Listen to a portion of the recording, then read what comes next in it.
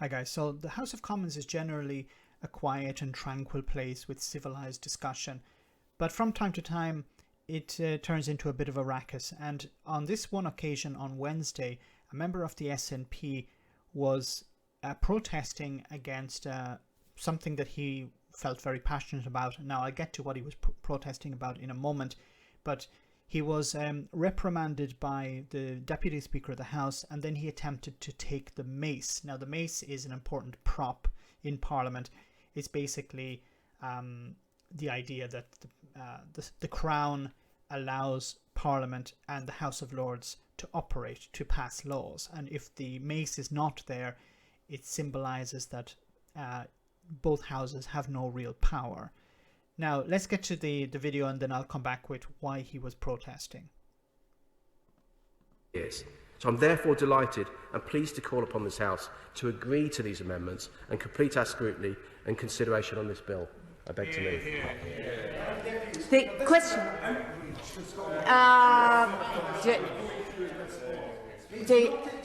The honourable gentleman must resume his seat. He must resume his seat. The honourable gentleman must resume his seat, and he knows that. This is just showing off. The honourable gentleman should resume his seat, otherwise I will order him to leave and name him. If he wants to be named, does he want to be named? Is that what's happening? If that is what is happening, then we can do it. I'd like to know the options of naming him. Okay, I'm naming the honourable gentleman. I know what he's doing. Oh, for goodness sake. That is outrageous. I beg to move that Mr. Hendry, the Minister, move the motion. Very childish. Another boring stuff. Is it quite okay? Are people not allowed to protest? You know, I'll get to what he was protesting about in a moment, but it is quite condescending to call it childish, to call it a stunt, because let's see what it was about in a moment. And I think what we do is we say that he needs to be named and removed from the House. Yes? I should enjoy this. You can actually hear the Tory MP saying, "I'm actually going to enjoy this." Madam Deputy Speaker, I beg to move that Mr. Hendry be suspended from the service of the House. Yes. The question was that he was suspended. Thank you. The question is that this House agrees with the Lords in their amendments 8P, 8Q, 8R, 8S, 8T and 8U. As many as are of that opinion say aye. Aye. Of the contrary, no. I think the ayes have it. The ayes have it. We'll suspend for 3 minutes in order to allow safe exit and entry. So we didn't actually see the footage of it. So what was he protesting about? Well, he was protesting about the internal market bill. Once again, this internal market bill that was used by Boris Johnson to undermine international law when it came to Northern Ireland. Now, the internal market bill sets out how trade within the UK will operate post-Brexit. Now, critics of it fear that the legislation in its original form represents a power grab by Westminster at the expense of Scotland, Northern Ireland and Wales. Now, following a number of defeats by the House of Lords and extensive debate and negotiations, the government had to rethink and make changes that would allow the devolved administration's agreed divergence from the internal market rules throughout what was called the common frameworks. Now, during earlier debates and as MPs discussed the concessions before signing off the bill, this one guy from the SNP, Mr. Hendry, warned, and I quote, "The only reason for this bill as it now stands is to demolish devolution. If the government takes this bill forward today, as it obviously will, that is what they will do." So this was a stance against Westminster's power.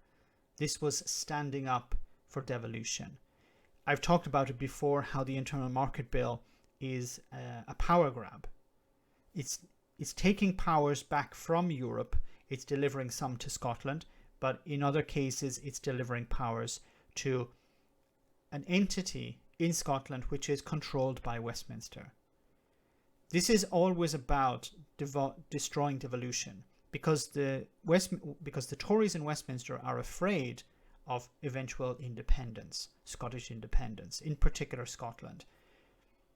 This is a way of stopping it. If they're able to, or maybe not completely stop it, but at least put a brake on. They're afraid that next year, when the elections take place in Scotland, the SNP will have a huge majority, and they will push forward for an independent Scotland through a referendum. They're trying to, the Tories in Westminster are trying to throw everything they can at that. If they're able to destroy devolution before a referendum can be called, then a referendum can't be called. Now, there are other ways a referendum can be called, but this will at least slow down the process. It would stop a devolved government from calling a referendum. That's what their first step is. There are other ways, of course, a referendum can be called, but those, I don't think the Scottish government want to go in that direction. They want to have devolution protected, and then follow the natural, legal, and democratic process. They don't want to use other options. So this protest, I think it was dignified. If people can't protest in Parliament, where can they protest? Government is, at the moment, is trying to limit people's right to protest, and if you can't protest in Parliament, then what is the other option for the SNP and the Scottish people? Asking Boris Johnson questions, he doesn't bother answering. Asking other ministers questions, they don't care. They just ridicule the Scottish people and the SNP. So this was a dignified stance, in my opinion. Let me know in the comment section, guys, what you think. As always, your comments are greatly appreciated. Thanks a lot. I want to say a big thank you to all of my patrons. You ensure that this channel continues to exist. I'm eternally grateful for all of your support. If you join Patreon, you will receive instant access to our Discord server, where we have both audio and video chats. You can chat with me and other patrons, where we discuss important and non-important issues. Becoming a patron per month costs about the same as a large coffee, so why not check it out?